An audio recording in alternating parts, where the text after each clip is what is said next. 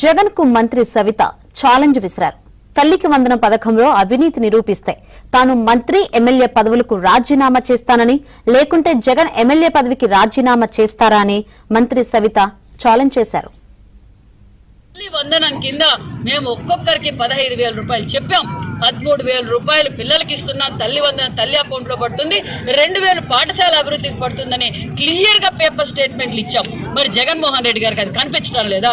ఏదో ఒకటి డైవర్ట్ చేయాలి, డైవర్ట్ చేసి ప్రజలు డైవర్ట్ చేయాలి. అందుకే జగన్మోహన్ రెడ్డి డైవర్షన్ పాలిటిక్స్ చూసే ప్రజలే జగన్మోహన్ రెడ్డి గారు డైవర్షన్ చేసి ప్రతిపక్ష హోదా కూడా ఇవ్వకుండా ప్రజలు బుద్ధి చెప్పారు. ఇంకా జగన్మోహన్ రెడ్డి గారు ఇలా మాట్లాడుతూ ఉంటే ఎందుకు సహిస్తాం? ధైర్యం దమ్ము ఉంటే మరొకసారి కూడా నేను ఛాలెంజ్ చేస్తున్నా.